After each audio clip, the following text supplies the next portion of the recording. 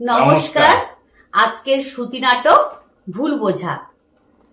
চঞ্চল মন আনমনা হয় যে তার ছোঁয়া লাগে, ভোরের আকাশে আলো দেখে পাখি যেন জাগে। চঞ্চল মন। আরে কি হয়েছে? কি ষাঁড়ের মতো চেঁচাচ্ছ কেন? সকাল সকাল ভগবান কি গলায় একটু মধু দেয়নি নাকি? এক কাপ চা পাইনি ঘুম থেকে ওঠার পর, শুধু গান গেয়েই যাচ্ছে। কোথায় ছিলে এতক্ষণ? আমি রান্নাঘরের জানালা দিয়ে সবজিওয়ালার সঙ্গে কথা শেষ করে বাসন ধুতে ধুতে একটু গান করছিলাম। তো কি হয়েছে? সাধে বলে লোকে মেয়ে ছেলের বুদ্ধি। মানে? হ্যাঁ, কোথায় 6 মাসের বাড়ি ভাড়া বাকি, জগাদার সঙ্গে গিয়ে গল্প করবে তা নয়, সবজিওয়ালার সঙ্গে গল্প করছে। তোমার লজ্জা করে না? তুমি স্বামী হয়ে স্ত্রীকে এখন বাড়িওয়ালার কাছে পাঠাচ্ছ? নিজের মুরদ নেই, 6 মাসের ভাড়া বাকি রেখেছ, এখন তুমি আমাকে জগাদার কাছে গল্প করতে পাঠাবে? তোমার লজ্জা করছে না? ছি, আমি বললাম বলে গায়ে ফসকা পড়ে গেল। আর আমি যেন কিছু জানি না। এই তুমি কি জানো? তুমি কি জানো? তুমি আমার সম্পর্কে একটা বাজে কথা বলবে না বলে দিচ্ছি। ওই মধুদা আমাকে বললো যে পাড়া সবজিওয়ালা নিতাইদা তোর বাড়িতে ঢুকেছিল। হ্যাঁ, তো তাতে কি হয়েছে?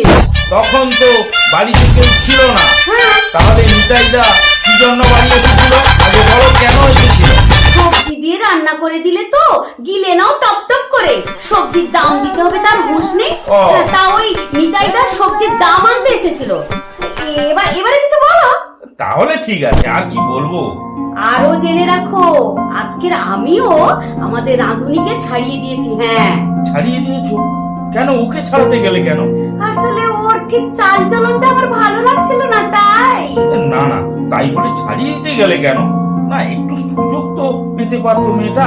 আহা, না দিতাম তো, সুযোগ তো আমি দিতাম ওকে। আমি ওকে সুযোগ দিতেই পারতাম, কিন্তু তোমাকে আমি ঠিক সুযোগ দিতে চাইনি, জানো তো সোনা। কি? একটা রাঁধুনিকে নিয়ে তুমি আমায় সন্দেহ করো? এত ছোট মন তোমার? ছোট মন করতে হয় গো, আমার ঠিক বিশ্বাস হয় না, তাই মনটাকে ছোট করে নিতে হয়েছে আর কি। কিছু মনে করো না, তোমার সাথে মুখ লাগাতে আমার ঘেন্না করছে। এখন তো ঘেন্না করবেই। এখন তো আমাকে তোমার আর সহ্য হয় না। বিয়ের আগে অর্পিতা হয়ে পাগল হয়ে গেছিলে সোনা। তখন আমি বুঝতে পারিনি, তাই ওই রকম করতাম। বুঝবে কি করে? ভালোবাসা তো অন্ধ, তাই না? এটা হচ্ছে চোখের ভুল অপারেশন। কি বললে তুমি? 7টা বছর ধরে তুমি আমার হাড় মাস দাঁড়িয়ে রেখেছো, আর এখন তোমার কাছে বিয়েটা ভুল, তাই না? আমি কালকেই বাপের বাড়ি চলে যাবো। জয় মাতা, কত কোনো বাপের বাড়ি গিয়ে তুমি কি করবে? বাপের বাড়ি গিয়ে বিয়ের আগে যা করতাম আমি এখন সেখানে তাই করব, মানে এনজয় করব। এনজয় করবে? বাহ, তাহলে তো তোমার বাপের বাড়ির পাড়ার ছেলেগুলো ঠিক কথা বলেছিল। মানে ওরা তোমাকে কি বলেছিল? ওই প্রথমবার জামাই ষষ্ঠীতে গিয়ে শ্বশুর বাড়িতে গিয়ে থেকে বোর হচ্ছি, তো সন্ধ্যাবেলাতে হাঁটতে গিয়ে রাস্তায় কতগুলো ছেলের সঙ্গে আলাপ হয়ে গেল। তো কি হলো?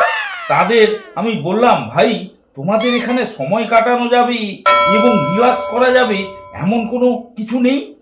কি হয়েছে? কি বলেছে তারা? তারা আমাকে বলল, দাদা রিল্যাক্স করার মতো সবের ধন নীলমণি একটাই ছিল, তাকে তো আপনি বিয়ে করে নিয়ে চলে গেলেন। ছি, তুমি আমাকে এরকম ভাবো? তুমি আমাকে এরকম ভাবে সন্দেহ করো? যা বাবা, আমি কোথায় ভাবলাম? ভাবলো তো তোমাদের পাড়ার ছেলেরা। আমাকে কেন দোষ দিচ্ছ? বেশ, এই শোনো, এই থাকলো তোমার সংসার, তোমার চাবির গোছা এই নাও। আমি চললাম, সামলাও। আমি চললাম, আমি চলেই গেলাম। চললাম মানে? রান্নার মালতীকে তাড়ালে, নিজেও চললে, বলি আমি থাকবো কি করে? এই শোনো অর্পিতা, শোনো, থামো, শোনো। নমস্কার।